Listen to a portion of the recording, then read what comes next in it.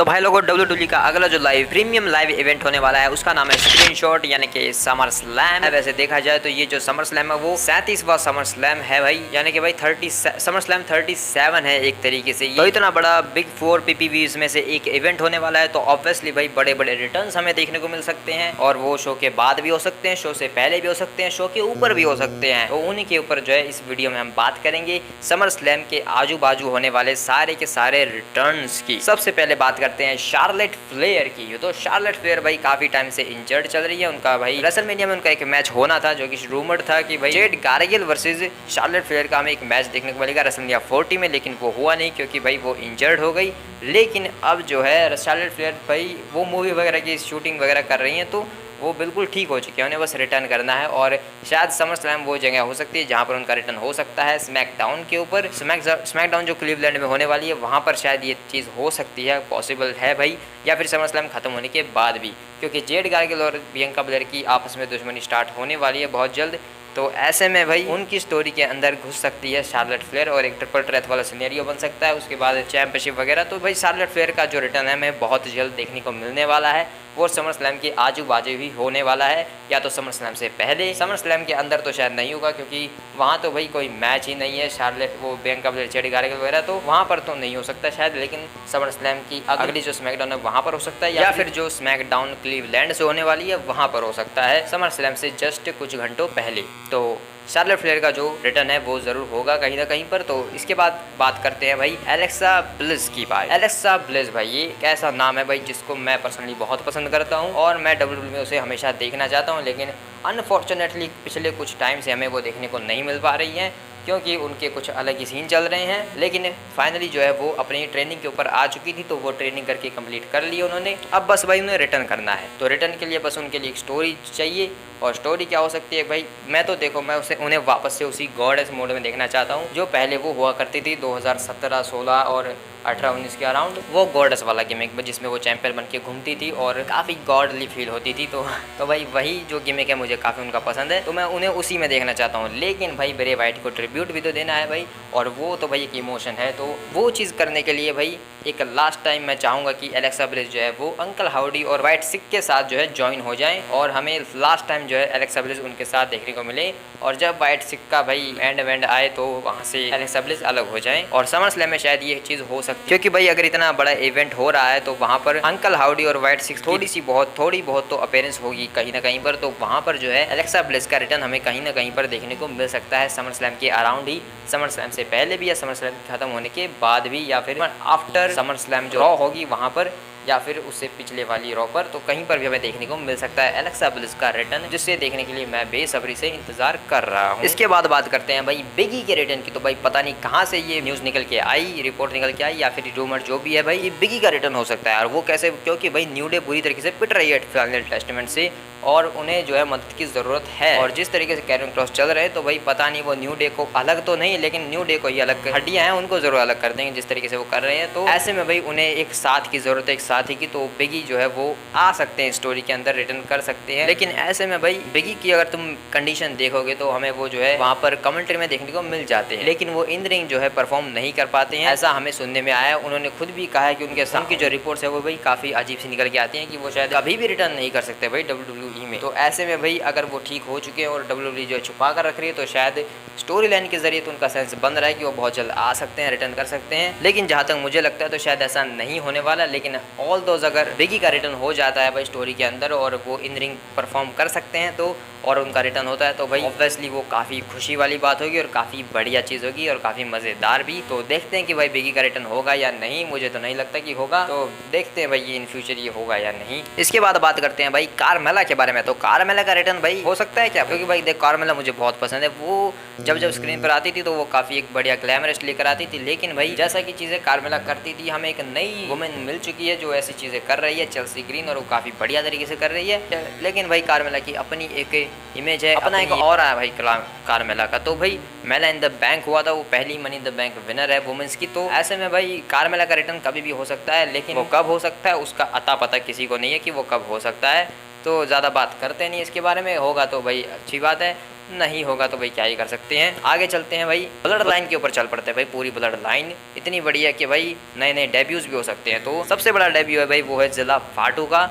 और जिला फाटू भाई बहुत बड़ा नाम है। क्यों वो बड़ा नाम है? क्योंकि वो उमागा के बेटे हैं भाई, इसलिए जिला फाटू जो है बहुत बड़ा नाम है। और क्योंकि भाई जो हमारे सोलो सिकोआ है वो उमागा का फिनिशर समोन स्पाइक लेके घूमते हैं, तो ऐसे में भाई उमागा और जिला फाटू की तो बिल्कुल नहीं बनने वाली, जिस वजह से जिला फाटू जो है वो एक्चुअल में बैड ब्लड लाइन के साथ नहीं, हमारी जो असली ट्राइबल चीफ की ब्लड लाइन होगी यानी कि रोमन रेंस वाली, उसके साथ जुड़ते हुए नजर आएंगे। मैं ऐसा ही देखना चाहता हूँ, क्योंकि वो जितनी स्टोरी लगाते हैं भाई इंस्टाग्राम के ऊपर, जो भी टीज वगैरह करते हैं, तो वो ऐसा ही दिखाते हैं कि जैसे वो रोमन रेंस के साथ जुड़ने आएंगे, वो सोलो के साथ नहीं। ये भी एक चीज़ है जो काफ़ी हद तक पॉसिबल है, जो हो सकती है। और वो कब हो सकती है? वो है भाई अगला जो रिटर्न मैं तुम्हें बताने वाला हूँ, जो कि होने ही वाला है, जिसके पूरे के पूरे चांस है कि भाई ये तो होगा ही समर स्लैम में, और वो है जिमी ऊसो। और जिमी ऊसो का रिटर्न तो भाई बिल्कुल लॉक है एक तरीके से समर स्लैम के लिए।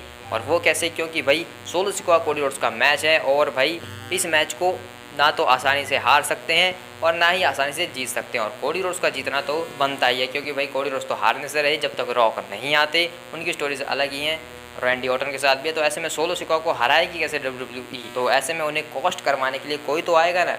और भाई जिमी ऊसो से बेटर नाम कोई हो ही नहीं सकता, क्योंकि जिमी ऊसो को भाई गले लगा के धोखा देके निकाल दिया भाई ब्लड लाइन से। अब ब्लड लाइन से निकाले हुए बंदे भाई वो जिला फाटू को साथ में लेकर आ सकते हैं, लेकिन ये कम पड़ेगा भाई। उन्हें जे ऊसो की मदद तो चाहिए होगी। तो बीच में रॉ भी आता है भाई, समर स्लैम और अगली स्मैकडाउन के बीच, तो वहाँ पर बात करके शायद जे ऊसो को भी किसी तरीके से अपने साथ ले सकते हैं। धीरे धीरे करके भाई वो एडजस्ट हो जाएंगे, जे ऊसो वापस आ ही जाएंगे जिमी ऊसो के साथ। और उसके बाद जो है रोमन रेंस का रिटर्न कभी हमें देखने को मिलेगा।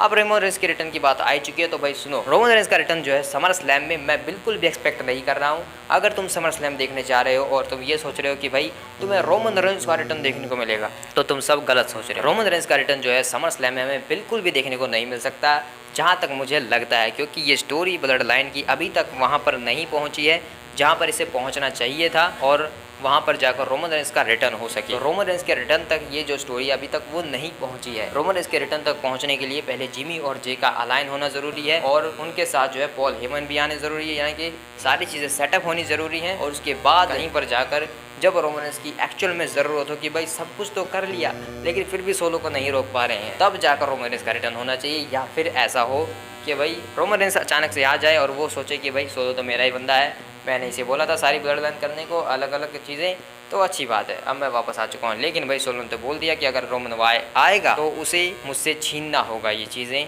ऐसे तो मैं नहीं देने वाला हूँ। तो ऐसे में मैं देखना चाहता हूँ कि भाई जब रोमन रेंस रिटर्न करे तो वो सीधा जाकर सोलो पर अटैक ना करे, सोलो एक्चुअल में बिट्रेल करे अच्छे तरीके से रोमन रेंस को। रोमन आए और एक्नॉलेज करने को बोले सोलो सिकोआ को, लेकिन सोलो सिकोआ बोले तुम मुझे एक्नॉलेज करो, उसके बाद वो रोमन रेंस के ऊपर अटैक कर दे। मैं वो समोन स्पाइक जो है रोमन रेंस के ऊपर पड़ता हुआ देखना चाहता हूँ, जैसे स्टील चेयर्स उनके पीठ के ऊपर गिरती है और एक धोखा देखने को मिलता है। तो मैं उस तरीके से इस धोखे को एक्सपेक्ट कर रहा हूँ कि भाई रोमन रेंस जो है अचानक से आकर सीधा अटैक नहीं करना चाहिए उन्हें सोलो सिकोआ के ऊपर। एक्चुअल में थोड़ी बहुत ड्रामा वाली बातें होनी चाहिए और फिर सोलो सिकोआ अचानक से धोखा देना चाहिए। पूरी जो बैड ब्लड लाइन है वो अटैक करनी चाहिए रोमन रेंस के ऊपर। इस तरीके से मैं रोमन रेंस के रिटर्न को देखता हूँ। समर स्लैम की अगर बात करें तो मुझे नहीं लगता कि भाई रोमन रेंस का रिटर्न होने वाला है, लेकिन अगर हो जाता है तो भाई इससे शॉकिंग, इससे बेहतरीन और इससे ज़्यादा व्यूज़ कमाने वाली चीज़ कोई नहीं होगी। WWE की भाई किस्मत खुल जाएगी फिर से, क्योंकि रोमन रेंस एक फेस बनकर आएगा, और अगर रोमन रेंस फेस बनकर आएगा तो वो WWE को कहाँ ले जा सकता है उस टाइम पर, फिर वो हम सोच भी नहीं सकते हैं। तो ऐसे में भाई वो हर चीज़ के लिए बेस्ट होगा अगर रोमन रेंस का रिटर्न होता है, क्योंकि ऑब्वियसली सबको रोमन रेंस को अब देखना है। और जब देखते थे तो कहते थे कि भाई तू है ही क्यों यहाँ पर, तो चला जा।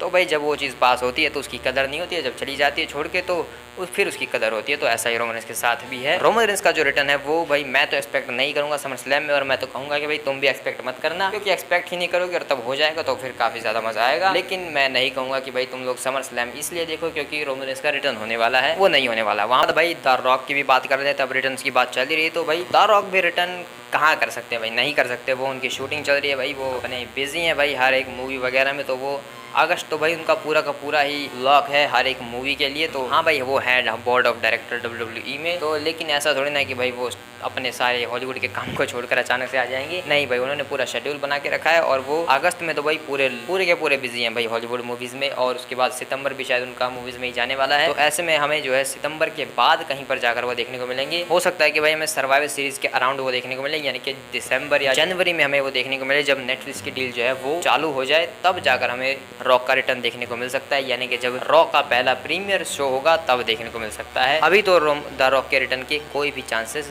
नहीं है। लेकिन भाई बात करते हैं जॉन सीना की। जॉन सीना भी भाई अपने फाइनल टूर पर है, तो ऐसे में भाई जॉन सीना हमें जो है क्लीवलैंड में एक प्रोमो कट करते हुए नजर आ सकते हैं समर स्लैम में। ऐसे में भाई उनकी वहीं से स्टोरी भी स्टार्ट हो सकती है लोगन पॉल के साथ। आई थिंक हो सकता है कि भाई जो लोगन पॉल और एलन नाइट का मैच है उसके अंदर आकर थोड़ी बहुत इंटरफेरेंस या फिर उस मैच के होस्ट या फिर special guest referee John Cena बन जाएं और फिर वहां से Logan Paul versus John Cena की एक स्टोरी स्टार्ट होती हुई नजर आए। ऐसे में भाई मैं सोच रहा हूँ कि भाई जॉन सीना की एक पूरे टूर के ऊपर एक वीडियो बनाता हूँ जिसमें मैं उनके हर एक मैच के बारे में बात करूंगा कि उनके कौन कौन से मैचेस इन फ्यूचर हमें देखने को मिल सकते हैं। तो तुम बताओ तुम्हें वो वीडियो देखनी है या नहीं, कमेंट सेक्शन में बताओ। और यही सब कुछ सारे रिटर्न थे भाई जो हो सकते हैं। लेकिन भाई अब तुम कहोगे भाई एक रिटर्न तो तुम भूल ही गए, तो भाई मैं भूला नहीं हूँ, बस ऐसा है कि मैं सोच रहा हूँ कि ये होगा कैसे भाई। लेकिन फिर मेरे दिमाग में एक आइडिया आ गया कि भाई हाँ भाई हो सकता है, ये चीज़ हो सकती है, ब्रॉक लेसनर का रिटर्न। भाई इसके बारे में बात कैसे नहीं करेंगे भाई, हर वीडियो में बात करता हूँ भाई, हर प्रेडिक्शन वीडियो में ब्रॉक लेसनर के बारे में बकवास करता हूँ भाई कि ऐसे आ जाएगा वैसे आ जाएगा, आता कैसे भी नहीं है। तो भाई ब्रॉक लेसनर का रिटर्न फाइनली हमें देखने को मिल सकता है समर स्लैम क्लीवलैंड में,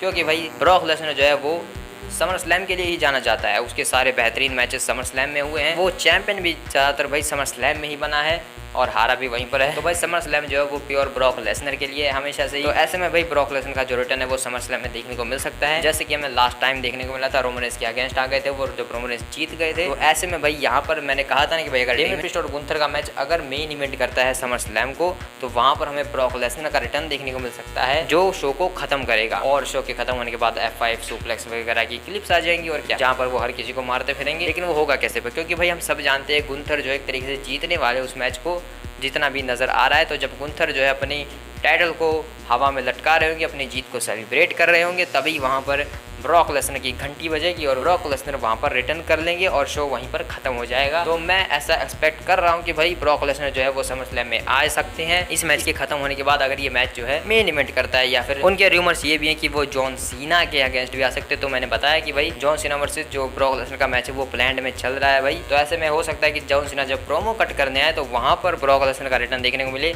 जो कि नॉस्टैल्जिया भी क्रिएट करेगा काफ़ी लोगों के लिए, क्योंकि लास्ट टाइम जो उनका सबसे बड़ा रिटर्न हुआ था वो जॉन सीना के अगेंस्ट ही हुआ था और फिर उन्होंने आकर जॉन सीना को एक F5 चेप दी थी। तो ऐसे में हो सकता है कि भाई जॉन सीना वाले प्रोमो सेगमेंट में वो आ जाए क्लीवलैंड में, जब समर स्लैम में वो करेंगे जॉन सीना अपना प्रोमो सेगमेंट, तो वहाँ पर ब्रॉक लेसनर आकर फिर से भाई उसी चीज़ को रिक्रिएट करें जो उन्होंने काफ़ी सालों पहले की थी। तो ब्रॉक लेसनर का रिटर्न भी हो सकता है भाई समर स्लैम में। और ब्रॉक लेसनर का रिटर्न तो ऐसा है कि भाई वो कहीं पर भी हो सकता है, कभी भी हो सकता है, आउट ऑफ नोवेयर वो किसी भी रॉ स्मैकडाउन या फिर किसी लाइव इवेंट में आ सकते हैं। तो इस चीज़ की होप हमेशा रखना कि ब्रॉक लेसनर कभी न कभी तो आ ही सकते हैं, कहीं पर भी किसी भी वक्त। तो यही सारा सिनेरियो तो भाई सारे रिटर्न से जो समर स्लैम में हो सकते हैं, समर स्लैम के अराउंड हो सकते हैं। तो इनमें से तुम्हें कौन कौन से लगते हैं, कौन से जो रिटर्न है वो तुम देखना चाहते हो, तुम किसके लिए एक्साइटेड हो, वो तुम कमेंट में बता सकते हो। और कोई चीज़ मैंने मिस कर दी है तो उसके बारे में भी तुम कमेंट में बता सकते हो। और मिलते हैं किसी और वीडियो में, तब तक के लिए बाय बाय।